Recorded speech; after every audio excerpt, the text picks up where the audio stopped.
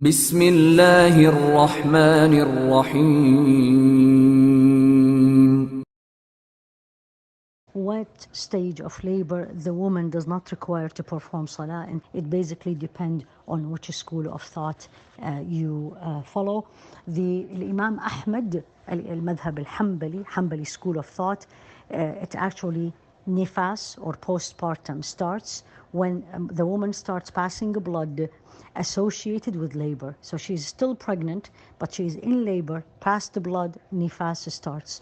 The other three school of thoughts, actually the nifas postpartum starts after the delivery of the baby. And once the woman deliver the baby, then usually the postpartum period starts.